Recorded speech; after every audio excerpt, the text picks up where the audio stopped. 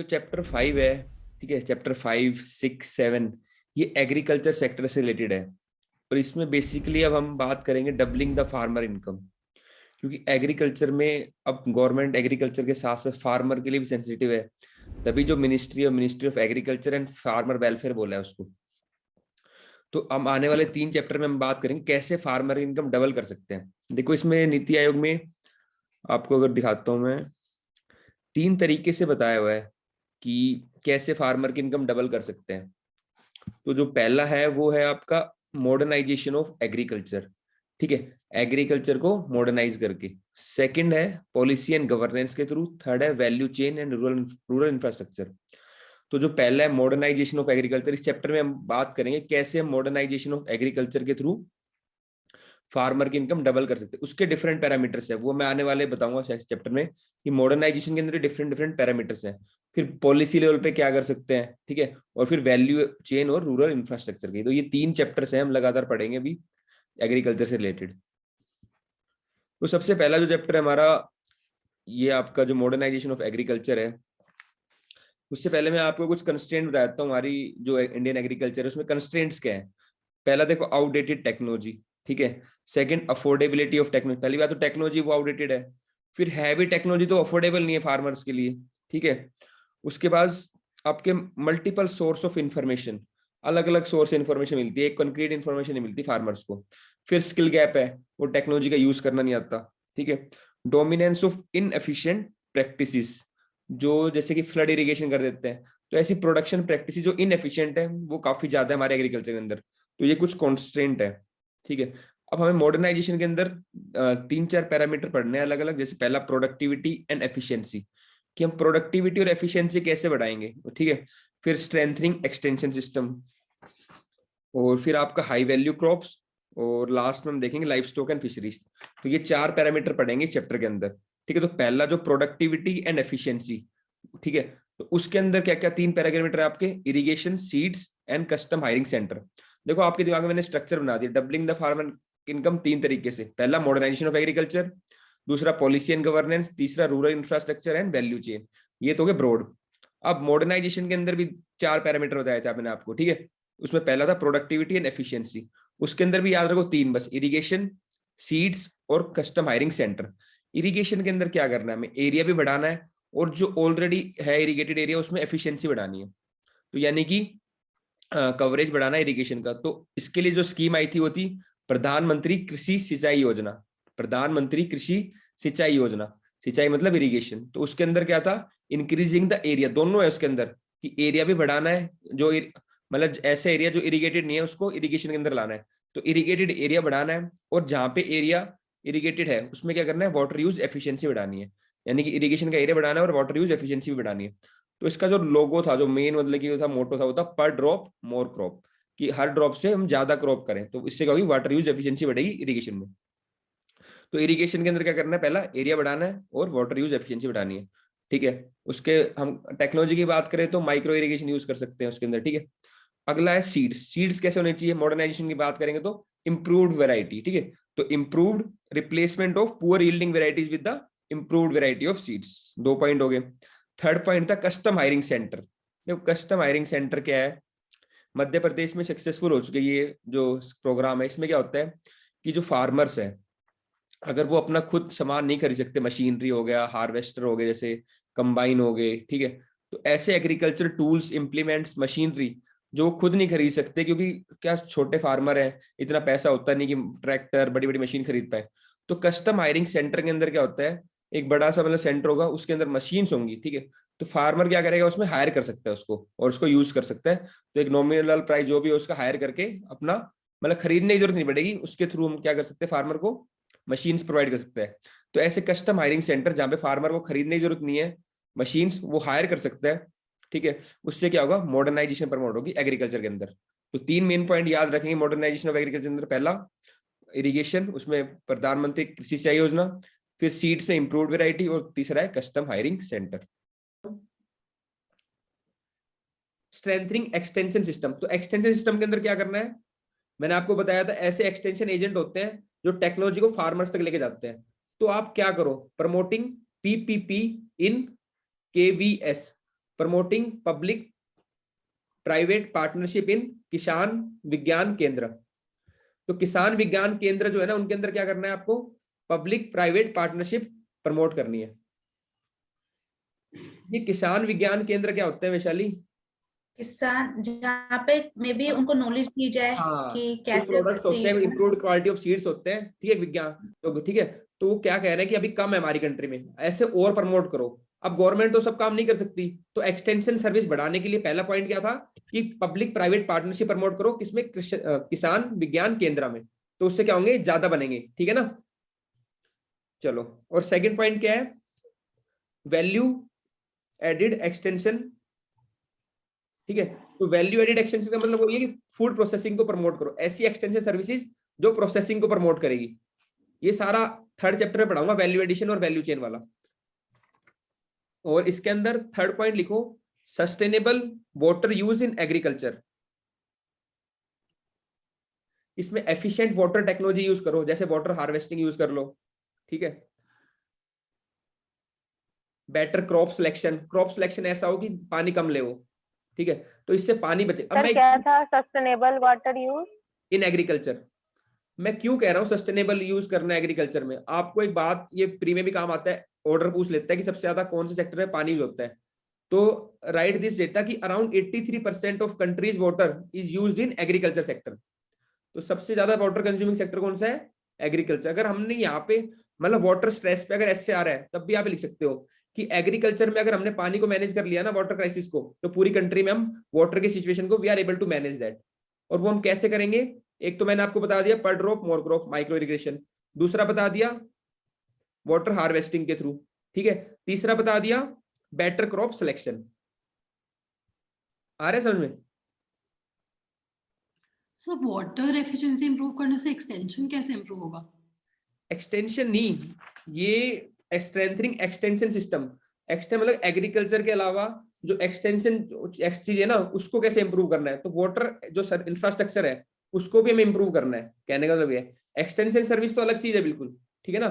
Extension service एक अलग system, ये एक्सटेंशन सिस्टम पूरा सिस्टम है ये। मतलब क्रॉप हमने उगाया, उसके अलावा क्या चीजें जो एक्स्ट्रा चीज है उनको भी इंप्रूव कर रहे हैं हम, ठीक है। एक्सटेंशन एजेंट हो गया, वो अलग बंदा हो गया। एक्सटेंशन सर्विस हो गया जो केवीकीज दे रहे हैं। मैं पूरी बात कर रहा हूँ एक्सटेंशन सिस्टम की, ठीक है, जिसमें बहुत सारे पॉइंट है आपके, प्रोसेसिंग भी है, कई चीजें हैं जो एग्रीकल्चर के अलावा चीजें हैं एक्सटेंशन। थर्ड, पहला हमने किया प्रोडक्शन प्रोडक्टिविटी एंड एफिशिएंसी, दूसरा किया एक्सटेंशन सिस्टम, ठीक है। अब तीसरा पॉइंट है वो है high value crops.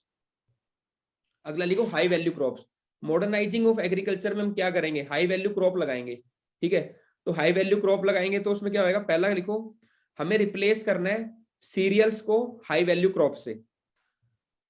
Fabia high value crops कौन सी होती हैं, हाई वैल्यू क्रॉप कौन सी होती है फाबिया? हाँ, अर्शी कुछ बता रही है, बताओ। सो आई थिंक तो कमर्शियल क्रॉप्स होती होंगी। हाँ, कमर्शियल क्रॉप्स होती है मोस्टली, फ्रूट्स एंड वेजिटेबल। तो नीति आयोग कह रहा है कि शिफ्ट करो व्हीट और राइस से, और कहाँ पे, फ्रूट्स और वेजिटेबल पे। और क्या डेटा है कि एवरी ईयर, ठीक है, the area under fruits and vegetable needs to increase by 5% every year. हर साल 5% एरिया इंक्रीज करो फ्रूट्स एंड वेजिटेबल से। अनिरुद्ध क्या फायदा होगा हाई वैल्यू क्रॉप लगाने का? देखो सारा काम किस लिए कर रहे हैं, doubling the farmer income, farmer की इनकम बढ़ाने के लिए, ठीक है ना। तो हॉर्टिकल्चर इंक्रीज होगा। हाँ, हॉर्टिकल्चर तूने बता दिया, उससे क्या फायदा होगा, फार्मर की इनकम बढ़ेगी। सारा काम ही कर रहे हैं डबलिंग द फार्मर इनकम पे, ठीक है वैशाली। नेशनल हॉर्टिकल्चर मिशन भी स्टार्ट किया है। हाँ, स्टार्ट किया है, वो सब डाल देना इसके अंदर। अगेन अब देख, मैंने तेरे को 3 पॉइंट बता दिए, वही बात आ रही है ना हमारे अंदर, हाई वैल्यू क्रॉप जब तेरे दिमाग में होगा तो जितनी भी रिलेटेड स्कीम तूने आज तक पढ़ी है सारी डाल देगी उसके अंदर, ठीक है ना। क्योंकि एक दिमाग में स्ट्रक्चर बन गया है, पर्पस यही है, गुड, ठीक है ना। जिसको वैल्यू एडिशन करनी बता दिया करो तो बच्चों को बाकी पता चल जाएगा। देखो क्लास के पीछे पर्पस एक ये भी है कि मेरा इंटरेक्शन तुम्हारे साथ हो, जितना मेरे को पता है, प्लस आपस में तुम्हें जो पता है वो भी तुम बच्चों को बता दो, शेयर कर लो, तो सबके पॉइंट जनरेट हो जाएंगे अच्छे से, ठीक है ना। अगर तुम आपस में ही बताओगे तुम्हारा रिवीजन होगा और बच्चों को एक्स्ट्रा पॉइंट मिल जाएंगे सबको, तो तुम्हारे अच्छे नोट्स बन जाएंगे, जो भी 10-12 बच्चे इस क्लास के अंदर है सबके, ठीक है ना। चलो, एक हेल्दी कॉम्पिटिशन की तरह करना है इसको, गुड। तो एक ये हो गया।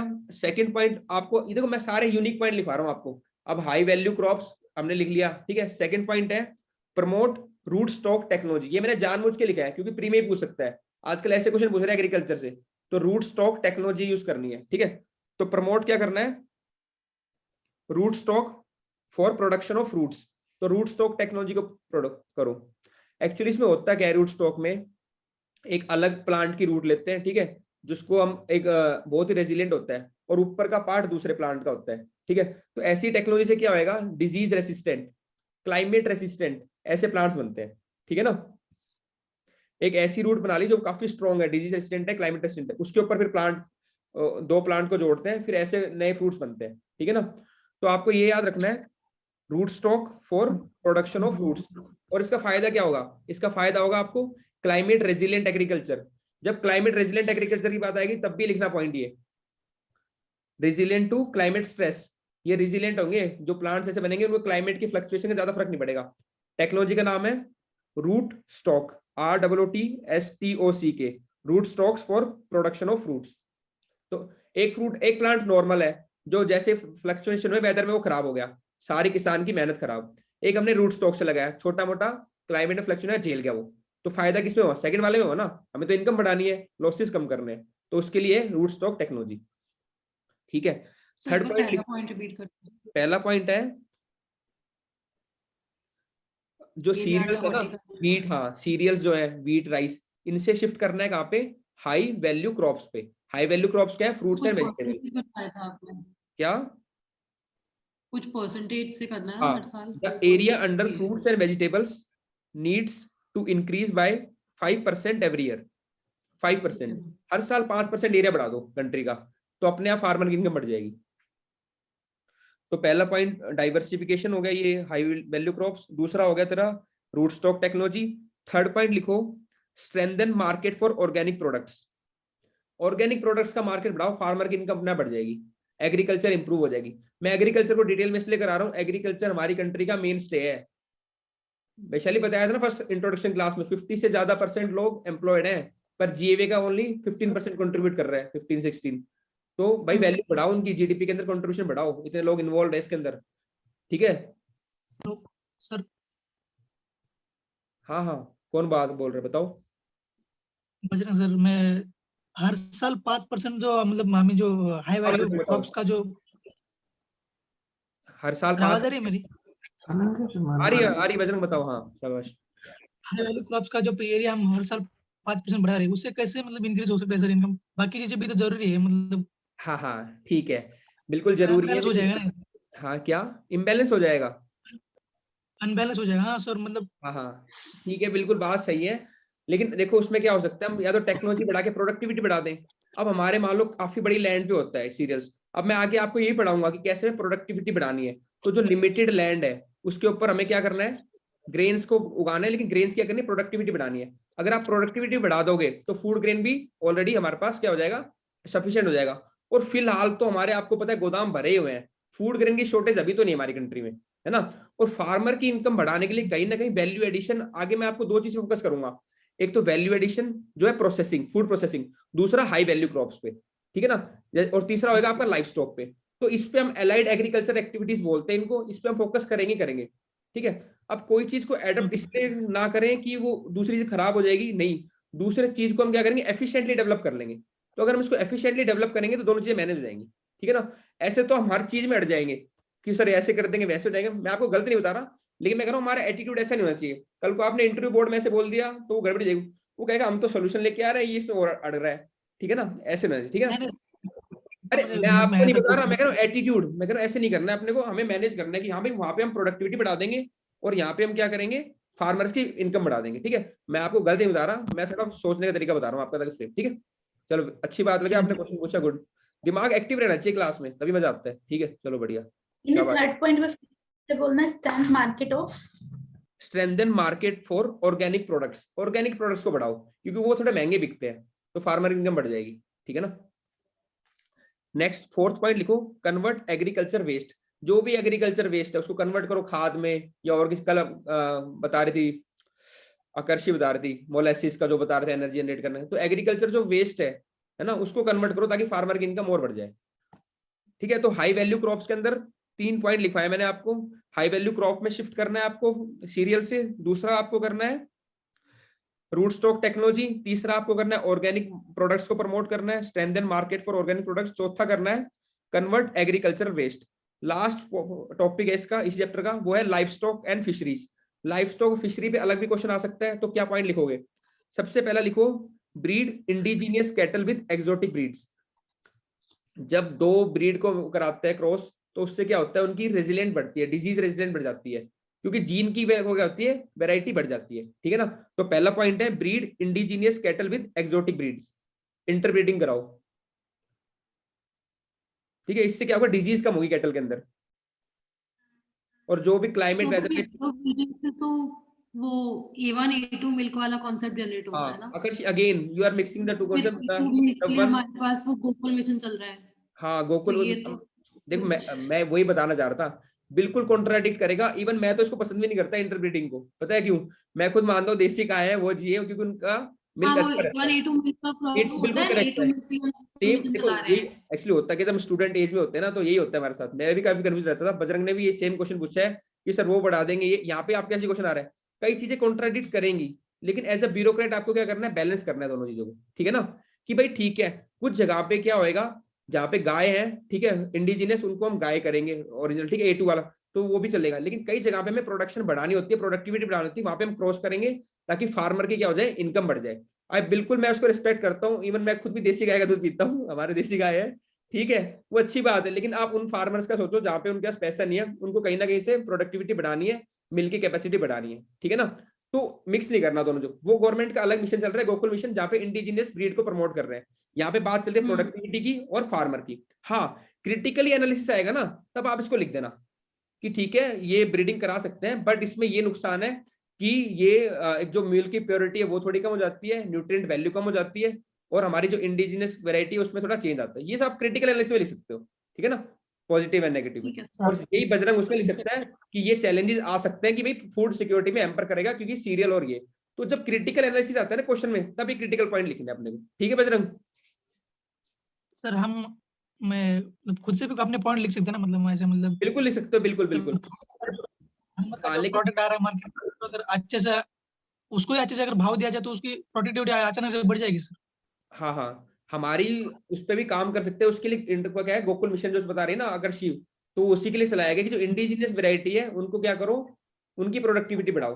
तो हर एक काम के लिए अलग मिशन है, उसको इंटरमिक्स नहीं करना है।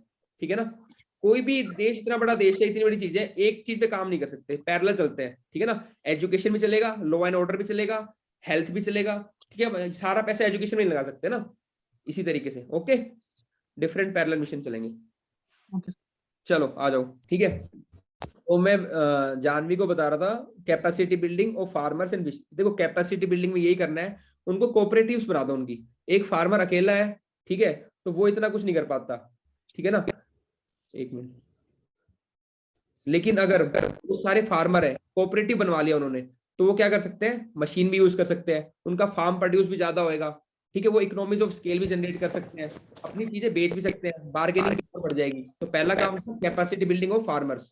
ठीक है, तो ये हो गया। इसमें क्या करना है, फिश कोऑपरेटिव्स या फार्मर कोऑपरेटिव एस्टेब्लिश करने हैं। और जो ये कह रही थी ना जानवी, कौन सा कह रही थी तू मेरे को, ये मिल्क चिलर वाला, ठीक है ना। मिल्क चिल्लर। एक्चुअली होता क्या है, देखो अगर आपके पास गांव में, हर एक गांव में एक मिल्क चिलर प्लांट है, तो उसमें क्या होगा, जो भी बंदा अपना दूध निकालेगा फार्मर और वहां पे दे देगा। ठीक है ना, तो उसको एक अश्योरिटी रहेगी कि मेरा दूध बिक जाएगा।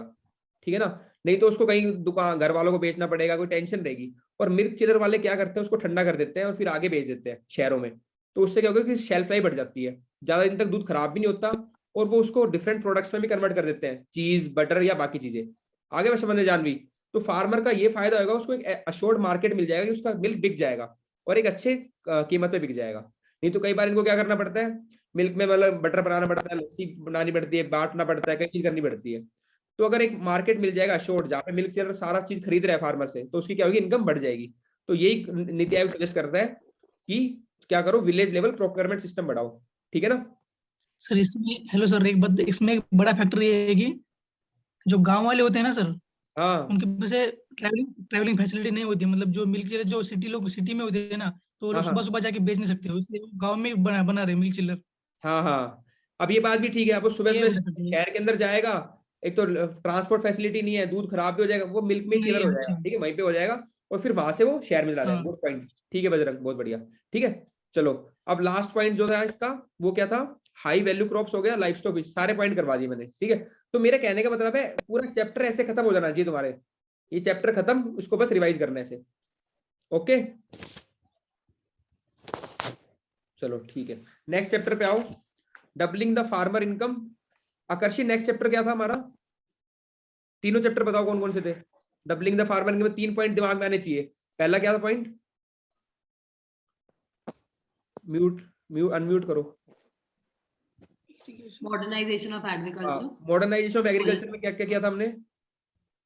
मॉडर्नाइजेशन ऑफ एग्रीकल्चर में हमने प्रोडक्टिविटी इंक्रीज की, फिर हमने एग्रीकल्चर एक्सटेंशन सर्विस इंप्रूव किया, ठीक है, high value crops and fisheries and life stock. ठीक है। और अब दूसरा क्या आएगा? Policy and governance. अब पॉलिसी एंड गवर्नेंस पे काम करेंगे। ठीक है, वो 4 ब्लॉक अब दिमाग में रहेंगे ना तेरे, प्रोडक्टिविटी है ना, उधर से लाइफ स्टॉक और वो हाई वैल्यू क्रॉप्स और एक्सटेंशन सिस्टम, और उसके अंदर फिर सब पॉइंट्स, ऐसे दिमाग में रहेगा चीज है ना। अब हम करेंगे पॉलिसी एंड गवर्नेंस पे। ठीक है, तो चलो देखो, गवर्नमेंट का ऑब्जेक्टिव क्या है? पॉलिसी मतलब ऐसी पॉलिसी लेके आएगी गवर्नमेंट जो क्या करेगी? इनकम सिक्योरिटी को प्रमोट करेगी, फार्मर्स की, और फूड सिक्योरिटी को। दो बात याद रखो, 2 कीवर्ड आ गए यहाँ पे, इनकम सिक्योरिटी और food security. Income security and food security. ठीक है, तो फार्मर गवर्नमेंट ऐसी पॉलिसी लेके आएगी जिससे इनकम सिक्योरिटी हो फार्मर की और कंट्री में फूड सिक्योरिटी हो। दूसरा वर्ड यहाँ पे है प्राइवेट सेक्टर पार्टिसिपेशन। हाँ हाँ, कोई पॉलिसी है ऐसी जो लेके आई है जिसमें फूड सिक्योरिटी और इनकम सिक्योरिटी फार्मिंग के लिए? अच्छा क्वेश्चन है, लेकिन मैं अभी इंट्रोडक्शन दे रहा हूँ, आने वाले चैप्टर है ना पूरा, इसमें पॉलिसी बताऊंगा मैं। ठीक है ना, सुनो तो सही पहले अभी। ओके, ये तो इंट्रोडक्शन ही है बेटा, अभी बताऊंगा सारी पॉलिसी कौन कौन सी लेके आएगी। वो सारी पॉलिसी क्या करेगी? फूड सिक्योरिटी और इनकम सिक्योरिटी करेगी। ठीक है, चलो ये मैं कीवर्ड लिखवा रहा हूँ जो तुम्हें लिखना है। प्राइवेट सेक्टर पार्टिसिपेशन, ये बढ़ाना है प्राइवेट सेक्टर पार्टिसिपेशन। और तीसरा है एग्रीप्रेन्योर्स, मैंने कल भी बात की थी एग्रीप्रेन्योर्स की। ठीक है, अब फार्मर को केवल फार्मर नहीं रहना है, उसको एग्रीप्रेन्योर बनना है। एग्रीप्रेन्योर मतलब कि आप पहले फार्मर टमाटर लिया, टमाटर ही बेच दिया उसने, अब वो टमाटर क्या क्या कर रहा है? अचार बना रहा है, उसका टोमेटो केचप बना रहा है, मतलब कि वैल्यू एडिशन कर रहा है अपने प्रोडक्ट्स के अंदर। तो ये हो गए एग्रीप्रेन्योर्स। तो फार्मर्स को कहीं ना कहीं एग्रीप्रेन्योर बनाने की बात चलेगी। ठीक है, अगेन मैं बता रहा हूँ, एक्टिविस्ट नहीं बनना है कि यार ये तो हो नहीं सकता, ये हो नहीं, सब होएगा। और चाहे नहीं हो तब भी आपको लिख के तो आना है, वहां तो मार्क्स लिखने के मिलेंगे। ठीक है ना, क्रिटिकल रिव्यू तो हमें पता है यार, फार्मर होल्डिंग नहीं है, कई दिक्कतें हैं, लेकिन हम अगर सॉल्यूशन बताएंगे नहीं तो फिर कैसे करेगा? बताएंगे, फिर धीरे धीरे काम भी करेंगे उसके ऊपर। ठीक है ना, और हमारा काम है वहां पे काम बताना। क्रिटिकल रिव्यू अगर पूछे तो आप उसको लिख देना, ये पॉइंट है क्रिटिकल। ठीक है, चलो अब देखो, जो इसमें कॉन्स्टेंट्स लिखो, क्या कॉन्स्टेंट है हमारी कंट्री के अंदर एग्रीकल्चर के अंदर? कुछ तो मैंने पहले आपको बता दिया चैप्टर में, 1-2 और लिखो। फ्रेगमेंटेड लैंड होल्डिंग, बहुत छोटी छोटी लैंड होल्डिंग है, फ्रेगमेंटेड। मैंने आपको बताया था 85% जो फार्मर है they are small and marginal. तो एग्रीकल्चर की प्रॉब्लम आए तो ये लिख के आना, फ्रेगमेंटेड लैंड होल्डिंग। दूसरा है low price realisation. Low price realisation, Bajrang इसका मतलब क्या है? लो प्राइस रियलाइजेशन, देखो वही जो होगा शायद, मार्केट में कुछ भाव कम देते हैं उनके। हाँ, देखो जो फार्मर को इनकम मिलता है गोभी का 3 रुपए किलो, मार्केट में बिकता है 30 रुपए किलो। तो फार्मर के पास क्या है? Sir low price realisation. ठीक है ना, सर सबसे बड़ी बात क्या है पता है? उनके हाथ में नहीं उनका भाव डिसाइड करना, मतलब उनका जो हाँ प्रोडक्ट आता है ना, हाँ, उनको उनके हाथ में नहीं है, वो मार्केट वाले लोग डिसाइड करते हैं।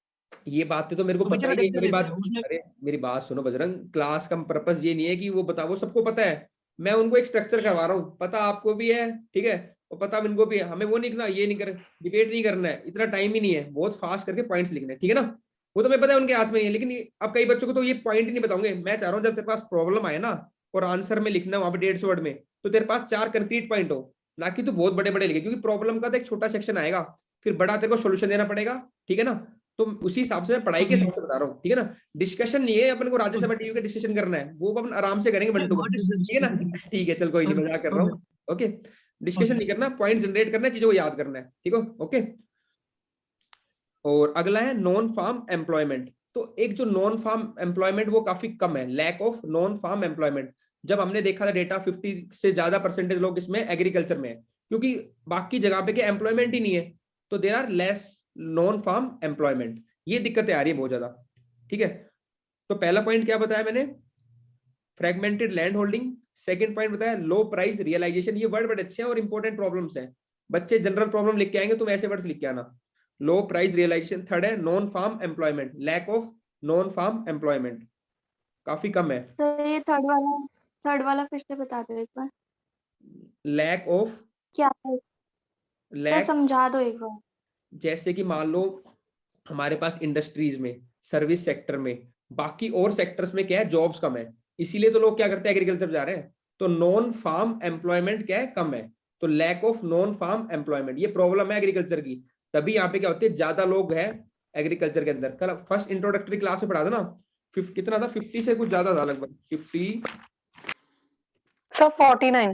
49% था, ठीक है। 49% एम्प्लॉयड है और जीवीए का कितना कर रहा है, 15% कर रहा है।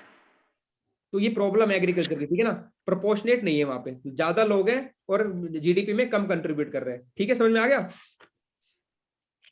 यस सर ये एम्प्लॉयमेंट का एक वो नहीं हो जाएगा फिर, क्या डिस्गाइज एम्प्लॉयमेंट जो होता है? ये डिस्गाइज एम्प्लॉयमेंट ही तो है कि कम लोग रिक्वायर्ड है, ज्यादा लोग घुसे हुए वहां पे, तो इसके कारण डिस्गाइज एम्प्लॉयमेंट हो रही है, ठीक है। अगला पॉइंट है एग्रीकल्चर क्रेडिट का, कि जो छोटे फार्मर है उनको क्या होता है, एग्रीकल्चर क्रेडिट नहीं मिलता, ये मेन प्रॉब्लम है, ठीक है। अब आओ सॉल्यूशन पे, जो वैशाली बात कर रही थी, वैशाली की बात लेते हैं कि गवर्नमेंट कर क्या रही है भाई, इसको तो ये दुख है इस बात का, गवर्नमेंट क्या कर रही है सर, ये बताओ मेरे को, तो क्या पॉलिसी लेके आई है। तो मैं वैशाली बताऊं गवर्नमेंट क्या कर रही है फार्मर्स के लिए, ठीक है, पॉलिसी और गवर्नेंस में। बजरंग दिल पे मत लेना, इंप्लीमेंट हो रही है नहीं हो रही कोई दिक्कत नहीं है, लेकिन कर रही है वो बता रहा हूं मैं, ठीक है ना, कि अगर सर इंप्लीमेंट नहीं हो रही, मिला नहीं, कोई बात नहीं, चलो। पहला पॉइंट लिखो आप, एपीएलएम। हमने फर्स्ट में डिस्कस किया था कि मैंने वैशाली को बताया था कि एपीएमसी को रिप्लेस करो एपीएलएम से, ठीक है, एग्रीकल्चर प्रोड्यूस मार्केटिंग कमेटी जो एक्ट था उसको रिप्लेस करो। अब आप किससे करो, agriculture model agriculture produce and livestock marketing act. तो एपीएमसी को रिप्लेस किया है गवर्नमेंट ने एपीएलएम से, तो ये गवर्नमेंट ने काम किया पॉलिसी लेवल पे। इस चैप्टर के अंदर पॉलिसी और गवर्नेंस के बारे में बात करूंगा बस, कि गवर्नमेंट ने एग्रीकल्चर में पॉलिसी और गवर्नेंस में क्या किया है। तो पहला गवर्नमेंट एक्ट लेके आई है model agriculture produce and livestock marketing act, question आ सकता है इसके ऊपर और ओवरऑल भी आ सकता है। तो इसमें गवर्नमेंट क्या कर रही है, मैंने बात की थी कि गवर्नमेंट प्राइवेटाइजेशन को इंप्रूव करेगी। इसमें पहला पॉइंट लिखो, setting up market in private sector. तो पहले क्या होता है, गवर्नमेंट की मंडी होती थी, अब गवर्नमेंट क्या कर रही है, प्राइवेट मंडीज भी ले आ रही है, ठीक है। तो setting up of market in private sector. दूसरा कर रही है direct sales to exporter and processor. पहले जो फार्मर था ना वो केवल मंडी में बेच सकता था, अब वो डायरेक्ट किसको सेल कर सकता है, एक्सपोर्टर्स को भी, प्रोसेसर को। तो इन सबसे क्या होगा, फार्मर को ज्यादा पैसा मिल जाएगा, सीधा पैसा मिल जाएगा, ठीक है ना, उसके पास मार्केट और बढ़ गया। तो farmers can direct sell to exporter and processors. ये पॉइंट पूछूंगा मैं सारे इसके। थर्ड पॉइंट है single point levy of market fees. अब इसमें क्या, अलग अलग जगह पे आपको मार्केट फीस नहीं देनी, एक जगह पे मार्केट फीस दो, पूरे स्टेट में आपका काम चल जाएगा। Single point levy of market fees, ये पॉइंट तुम्हें लिखने पड़ते, मैंने निकाल दिए आपके एक्ट के। एक्चुअली होता क्या, मैंने काफी डॉक्यूमेंट्स देखे स्कीम्स के, इतने बड़े बड़े उसमें दिए होते पॉइंट्स। अब बच्चा क्या करता है, सर्च करता रह जाएगा नेट पे, एपीएलएम क्या है, एपीएलएम क्या है, एपीएमसी क्या है। तो मैं इस क्लास के थ्रू आपको उस स्कीम के मेन पॉइंट्स बता रहा हूँ, आपको कुछ नहीं देखना भी फिलहाल, इनको देख लो तो आपको समझ में आ जाएगा। देखो मैं ये नहीं कह रहा 100% इसमें से आएगा, लेकिन एक होता है टाइम टू बेनिफिट रेशियो, कम पढ़ के ज्यादा निकालना। तो मेरा एम ये, आपने 3 दिन खराब किए एपीएलएमसी समझने में, मैंने आपको यहाँ पे 5 पॉइंट लिखा दिए, आपको समझ में आ गया एपीएलएम क्या है, तो ये पर्पस है आगे, ठीक है ना। उसके अलावा एक्स्ट्रा पढ़ोगे आपकी मर्जी है, पर इतना जरूर कर लो बेसिक, तो आपका टाइम बच जाएगा और ज्यादा चीजें इसमें से आएंगी एग्जाम के अंदर। ये एम है मेरा इस क्लास लेने के पीछे। तो पहला पॉइंट लिख दिया, setting up of market in private sector. दूसरा direct sales to exporter and processors. तीसरा single point levy of market fees, एक जगह पे मार्केट फीस लग जाएगी, ठीक है। फोर्थ है a unified single trading licence in a state, एक बार लाइसेंस ले लो पूरी स्टेट का, unified single trading licence in a state, ठीक है। और एक आपको बना दो, एक लिख लो नेशनल मार्केट फॉर एग्रीकल्चर, पूरे कंट्री का एक एग्रीकल्चर जो ई-नैम के थ्रू करेंगे हम, नेशनल मार्केट फॉर एग्रीकल्चर। ये सारे पॉइंट है आपके एपीएलएम के अंदर। वैशाली मैंने आपको स्टार्टिंग में बताया था एपीएलएम लेके आई गवर्नमेंट, और आपको बता दिए पॉइंट्स क्या क्या इसके अंदर, 5 पॉइंट इतने काफी है, ठीक है। और एक्स्ट्रा पढ़ोगे आपकी मर्जी है, पर इससे आपको समझ में आ गया हो क्या पर्पस है, ठीक है। तो APLM था पहली पॉलिसी, अभी तक मैंने एक ही पॉलिसी डिस्कस की है, that is APLM, model agriculture produce and livestock marketing act. दूसरी पॉलिसी लिखो amend essential commodity act. Ajay ये एसेंशियल कमोडिटी एक्ट क्या है और इसको अमेंड क्यों करना है? सब पता नहीं। चलो कोई नहीं, मैं बताता हूँ एक्चुअली क्या एसेंशियल कमोडिटी एक्ट के अंदर क्या होता है कि कुछ जो एसेंशियल कमोडिटीज है ना, उनको आप पर्टिकुलर लिमिट से ज्यादा स्टोर नहीं कर सकते, ठीक है। अब क्या होता है इसमें नुकसान क्या हो गया, जो फूड प्रोसेसिंग इंडस्ट्रीज होती है उनको, जैसे आलू हो गया, प्याज हो गया, उनको कई बार स्टोर करना पड़ता है ताकि वो उसको प्रोसेस कर पाए। लेकिन एसेंशियल कमोडिटी एक्ट के अंदर क्या है, वो चीजें बैन है, तो वो लोग स्टोर नहीं कर पा रहे। इस कारण हमारी कंट्री के अंदर क्या हो रहा है, फूड प्रोसेसिंग इंडस्ट्री प्रोड्यूस नहीं हो पा रही, क्या वो मतलब कि इंप्रूव नहीं कर पा रही, ग्रो नहीं कर पा रही, ठीक है। तो इसीलिए क्या करें, अमेंड कर दो इस एक्ट को कि जो क्या करे, स्टॉकिंग की जो लिमिट है उसको हटा दे। तो अमेंड एसेंशियल कमोडिटी एक्ट, ठीक है। तो इसके कारण क्या हो रही है, अगर इस जो लिमिट लगाते हैं एग्रीकल्चर, एक तो फूड प्रोसेसिंग प्रमोट नहीं हो रही और ऊपर से एग्रीकल्चर के अंदर इन्वेस्टमेंट भी प्रमोट नहीं हो रही। अब कोई आएगा ही नहीं इन्वेस्ट करने, उनको पता है यहाँ पे तो लिमिट लगी हुई है, कोई फायदा नहीं है प्रोसेसिंग का, ठीक है। एग्रीकल्चर के अंदर इन्वेस्टमेंट प्रमोट नहीं होगी तो फार्मर की इनकम नहीं बढ़ेगी। आ रही बात समझ में? कल को यहाँ पे बहुत सारी अगर प्रोसेसिंग यूनिट लग जाती है, ठीक है, अगर वो वेल रेगुलेटेड है, वर्ड है वेल रेगुलेटेड है, तो फार्मर्स का जो आज माल 10 रुपए में जा रहा है वो 15 रुपए में लेंगे वो लोग, क्योंकि वो आगे चीज बनाएंगे, प्रोसेस करेंगे, उसको 20 रुपए में बेचेंगे, तो फार्मर का और फायदा हो जाएगा, ठीक है ना। सर नहीं, हाँ मेरे नहीं को हुआ। लग रहा था, इसलिए मैं तेरे से पूछा। देख एसेंशियल कमोडिटी एक्ट पता क्या होता है, एक एक्ट है, उसके अंदर क्या था, पहले लोग क्या करते थे, स्टॉक कर लेते हैं शुगर का, ठीक है ना, तो प्याज का, आलू का, तो गवर्नमेंट ने क्या कर दिया, बैन कर दिया कुछ लिमिट, जो एसेंशियल कमोडिटी है कि आप इनको एक पर्टिकुलर लिमिट से ज्यादा स्टॉक नहीं कर सकते। तो पहले ब्लैक मार्केट होती है ना कि अब स्टॉक कर लिया, जैसे भाव बढ़ेंगे बेच देंगे, तो गवर्नमेंट ने किया तो अच्छे के लिए था ये वाला, ठीक है ना। लेकिन उसकी एक लिमिटेशन क्या है, जो फूड प्रोसेसिंग वाले हैं उनको तो बड़ी बड़ी चीजें स्टॉक करनी पड़ती है ना, अब वो भी स्टॉक नहीं कर पाते। तो वो कह रहे हैं कि एग्रीकल्चर जो है ना, रिकमेंडेशन ये आई कि एसेंशियल कमोडिटी एक्ट है जो, उसको क्या करो, अमेंड कर दो कि जो फूड प्रोसेसर वाले कम से कम वो तो स्टोर कर पाए, तो उससे क्या होगा, वो स्टोर कर पाएंगे तो फूड प्रोसेसिंग कर पाएंगे, और जब फूड प्रोसेसिंग प्रमोट होगी तो एग्रीकल्चर में क्या होगा, फार्मर की इनकम बढ़ेगी। अब आई समझ में बात, क्योंकि उसके प्रोडक्ट की वैल्यू ज्यादा हो रही है, ठीक। थर्ड पॉइंट है, वैशाली मैंने पहला पॉइंट बताया था APLM, दूसरा पॉइंट था amend ACA, amend essential commodity act, तीसरा पॉइंट है एनकरेज कॉन्ट्रैक्ट फार्मिंग, ठीक है, encourage model contract farming act, तीसरा एक्ट आ गया model contract farming act, encourage adoption of, encourage states to adopt model contract farming act. देखो जितने भी ये मॉडल लिखा है ना, मॉडल कॉन्ट्रैक्ट फार्मिंग एक्ट पहले लिखा था model agriculture produce livestock marketing act.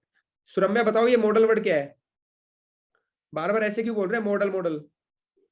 Sir ये गवर्नमेंट एक ड्राफ्ट सॉर्ट ऑफ बना के देती है हाँ, कि ये ऑब्जेक्टिव्स होने चाहिए। देखो क्या एग्रीकल्चर क्या स्टेट सब्जेक्ट है, तो गवर्नमेंट उनको नहीं कह सकती ऐसे करो, तो सेंट्रल गवर्नमेंट ने एक मॉडल बना दिया कि भाई agriculture produce livestock marketing act की मंडीज को रेगुलेट करने का ये एक्ट है, हमने मॉडल बना दिया, तो आप भी इसको अडॉप्ट करो, ठीक है। अब गवर्नमेंट ने एक मॉडल एक्ट बना दिया कॉन्ट्रैक्ट फार्मिंग का, अब वो कह रही है स्टेट्स भी ऐसा एक्ट को अडॉप्ट करें, तो encourage states to adopt model contract farming act, model contract farming act. और कौन इंटेलिजेंट, अनिरुद्ध, तो अनिरुद्ध ने पढ़ा नहीं होगा पक्की बात है, अजय ने, Shipra model contract farming act पढ़ा था? सर मुझे इसका ये पता है कि सर जब हम कंट्रैक्ट ये जो एग्रीकल्चर लैंड होल्डर्स होंगे वो अपना लैंड देंगे कंट्रैक्ट, मतलब फार्मिंग के लिए जो फूड प्रोसेसिंग यूनिट्स हैं, ताकि उनकी वैल्यू एडिशन हो जाए कि मुझे तुम्हारे उस पे इतना प्याज उगाना है, इतना आलू उगाना है, ताकि हम उसके लिए चिप्स बना लेंगे या कुछ उसकी वैल्यू एडिशन कर लेंगे। मैं तेरे से इसलिए पूछा, मेंस में आ सकता है तेरे लिए ना कि मॉडल कॉन्ट्रैक्ट फार्मिंग एक्ट को क्रिटिकली एनालाइज करो, क्या फायदे क्या नुकसान है। तो पहले तेरे को पता होना चाहिए होता क्या, तूने बता दिया कि ये क्या करता है, it will specify the price and quality eight which farmers produce will be purchased. जैसे मान लो मैं एक कॉन्ट्रैक्टर हूँ, ठीक है, और शिप्रा एक फार्मर है, तो शिप्रा को मैं कॉन्ट्रैक्ट फार्मिंग में आ गया इसके साथ कि आप इतना प्रोड्यूस कर दो, इतनी क्वांटिटी और इस क्वालिटी की, तो मैं आपसे 1 साल बाद या जब आपकी क्रॉप पूरी होगी तो मैं इस प्राइस पे आपसे ले लूंगा, तो एक कॉन्ट्रैक्ट हो गया, तो इसको बोलते हैं कॉन्ट्रैक्ट फार्मिंग। इससे कॉन्ट्रैक्टर को क्या हुआ, उसको चीज मिल जाएगी, और फार्मर को क्या हुआ, उसको मार्केट पता चल गया कि मेरा माल इतने रुपए में बिक जाएगा, तो फार्मिंग क्या होगी, प्रमोट होगी, और फार्मर की एक एग्रीकल्चर मतलब क्या इनकम क्या होगी, अश्योर हो जाएगी। आई बात समझ में?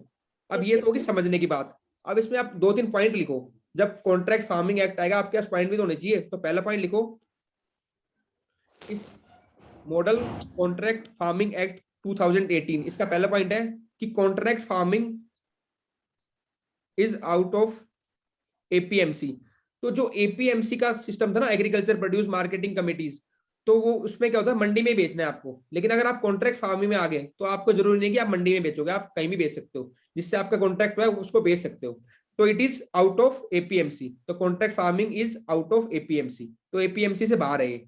दूसरा, every agreement shall be registered, every agreement should be registered.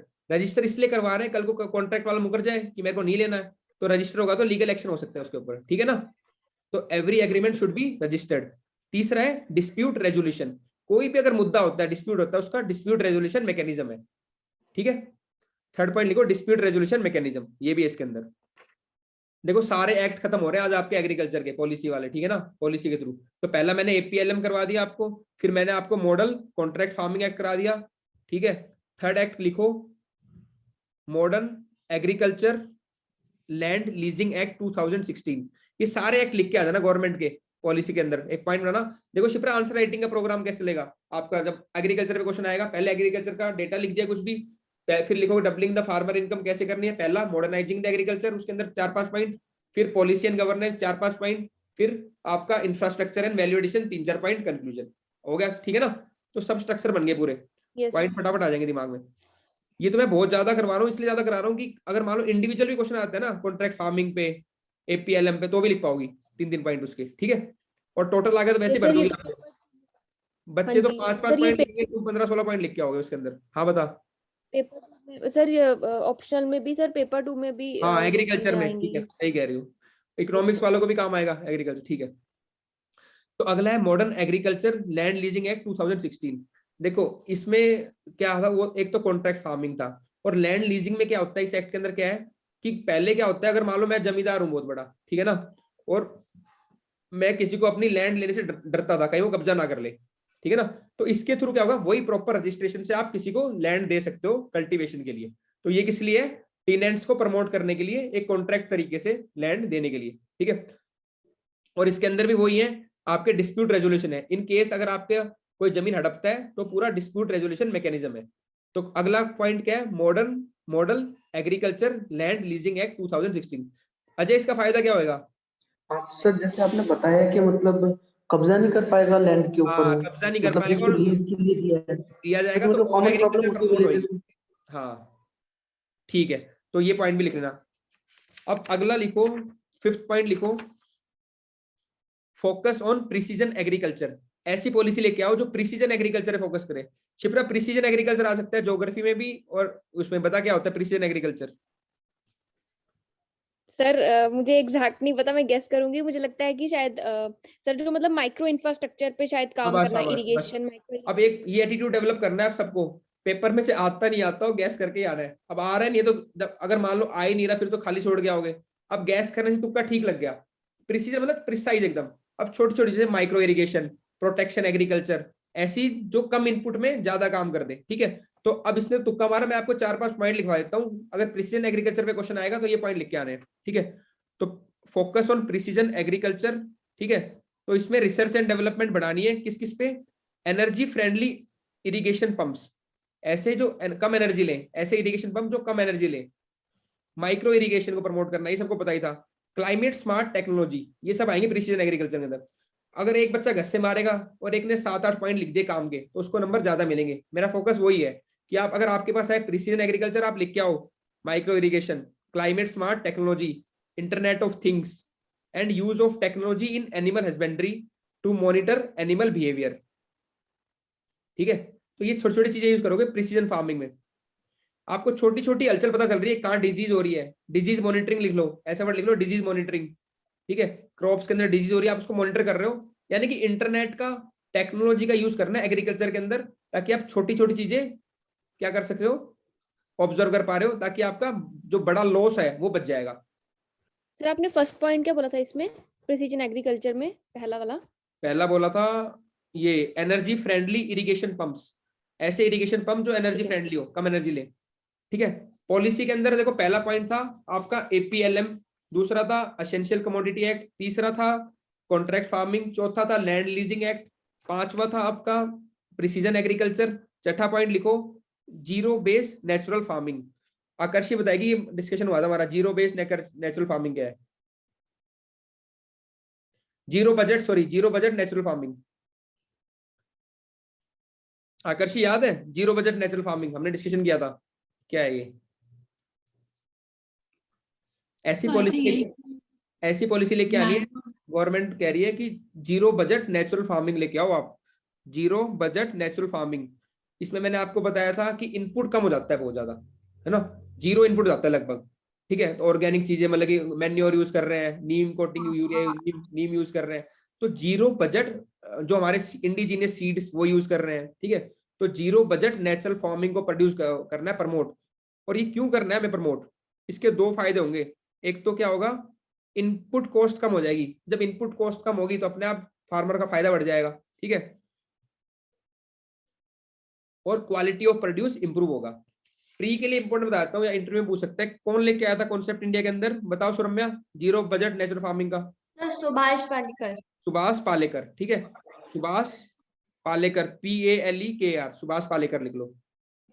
और 7th पॉइंट है आपका, अगेन मेरे से किसने पूछा था नॉन फार्म इनकम के बारे में स्टार्टिंग में ना, तो अभी देखो एग्रीकल्चर में भी अगर आपको इंप्रूव करना है ना, तो आपको नॉन फार्म इनकम बढ़ानी पड़ेगी, ताकि लोग फार्मिंग से बाहर आ जाएं और वहां पे कम लोग रहें और वो कमा पाए, ठीक है। तो लास्ट पॉइंट है मेरा इस चैप्टर का, India will also have to accelerate growth in the manufacturing sector के अंदर, सर्विस सेक्टर के अंदर, एक्सपोर्ट सेक्टर के अंदर, to wean labour away from agriculture. तो लेबर वहां से निकल के और जहां बाकी जगह पे जाए, ताकि लिमिटेड लोग वहां पे रहें और वो अच्छे से कमाई कर पाए। तो आप हमेशा कंक्लूजन के अंदर या वे फॉरवर्ड के अंदर ये भी लिख सकते हैं कि एग्रीकल्चर के साथ साथ हमें नॉन एग्रीकल्चर या नॉन फार्म एम्प्लॉयमेंट भी बढ़ानी है, वहां पे भी ग्रोथ करवानी है, ताकि एग्रीकल्चर में जो डिस्गाइज एम्प्लॉयमेंट है जो वो क्या हो, कम हो जाए, ठीक है। विनय एक बार 6th वाला पॉइंट बोलो कि जीरो बजट नेचुरल फार्मिंग में zero benefit budget input natural cost. Farming, क्या उसमें क्या बताऊं, बता मेरे को क्या बताना है उसमें? एक तो बेनिफिट होता है इनपुट कॉस्ट लेस होती है ना, हाँ, और क्वालिटी, लैंड की क्वालिटी इंक्रीज होती है क्योंकि ऑर्गेनिक प्रोडक्ट की, लैंड की बढ़ जाएगी, हाँ सॉरी प्रोडक्ट, लैंड की बढ़ जाएगी, दोनों बढ़ जाएंगे, ठीक कह रही है, ठीक है। ठीक है। और अब मेरे को 7 पॉइंट बताओ फटाफट, सारे खोलो अपना माइक करके बताओ जल्दी, 7 पॉलिसी के फटाफट पॉइंट।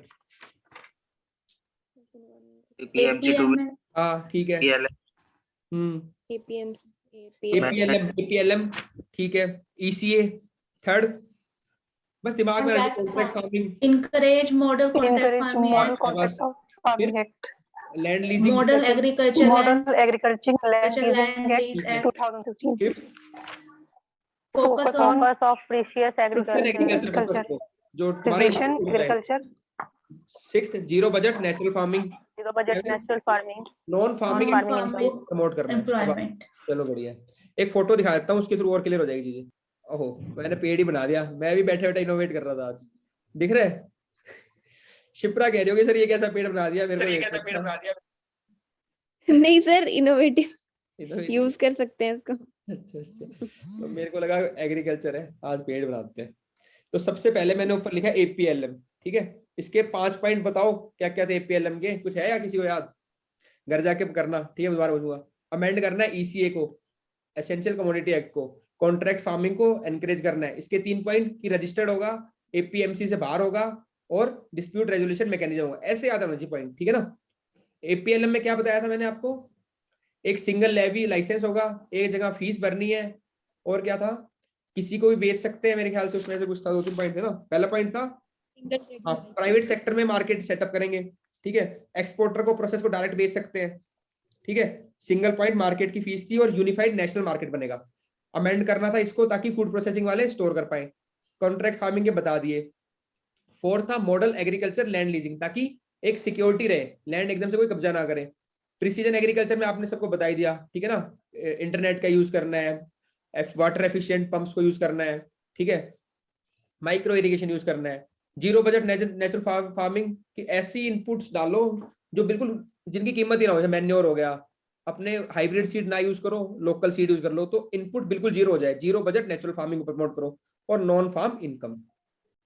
चलो अब है हमारा नेक्स्ट चैप्टर, लास्ट चैप्टर है आज का, ठीक है, doubling the farmer income. Third chapter क्या था जानवी, बता मेरे को। तीसरा हम किस पे बात करेंगे? तीसरा पिलर शुरू में डायग्राम बनाया था मैंने, इसलिए बनाया था। पहला था मॉडर्नाइजेशन ऑफ एग्रीकल्चर, दूसरा पॉलिसी एंड गवर्नेंस, तीसरा क्या? वैल्यू चेंज एंड रूरल हाँ, infrastructure. Value chain and rural infrastructure. Value chain के अंदर क्या आएगा तेरा? Processing units. रूरल इंफ्रास्ट्रक्चर क्या आएगा? इलेक्ट्रिसिटी, ठीक है, रोड, ये सब रूरल इंफ्रास्ट्रक्चर है। विलेज मार्केट, ये सब रूरल इंफ्रास्ट्रक्चर है, ठीक है, हो गया क्लियर।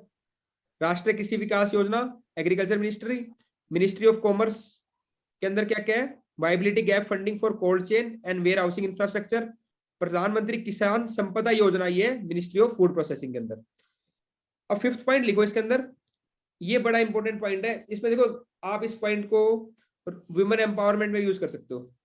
अगला पॉइंट है maintenance of rural road through women self help group.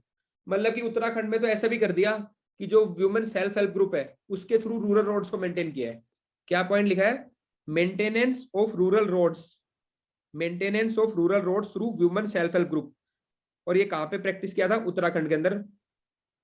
It was experimented in Uttarakhand successfully. तो कहीं पे भी अगर वुमेन का क्वेश्चन आ जाए, सेल्फ हेल्प ग्रुप का क्वेश्चन आ जाए, एग्रीकल्चर में तो लिखोगे इंफ्रास्ट्रक्चर के अंदर, वहां पे लिख सकते हो कि यहाँ पे वुमेन मैनेज कर रही है रोड्स को, सेल्फ हेल्प ग्रुप, ठीक है ना, और successfully they are managing it. तो मल्टीपल जगह पे यूज कर सकते हो इस पॉइंट को आप। नेक्स्ट है एक्सपोर्ट इनेबलर्स, ठीक है, डेवलप एक्सपोर्ट ओरिएंटेड क्लस्टर्स। कल मैंने बताया था clusters, plug and play scheme, Aakarshi बताया ना सारी बातें। तो ऐसे ही प्लग एंड प्ले, उसी यहाँ पे प्लग एंड प्ले तो नहीं होगा, पर यहाँ पे क्लस्टर्स बना लो, ठीक है, जहाँ पे क्या होगा, आपको कुछ कॉमन फैसिलिटीज, कॉमन इंफ्रास्ट्रक्चर, मान लो ग्रेडिंग का, ठीक है, पैकेजिंग का, एक क्लस्टर बन जाएगा, सब लेके आएंगे अपनी वहीं पे पैक करके एक्सपोर्ट करेंगे।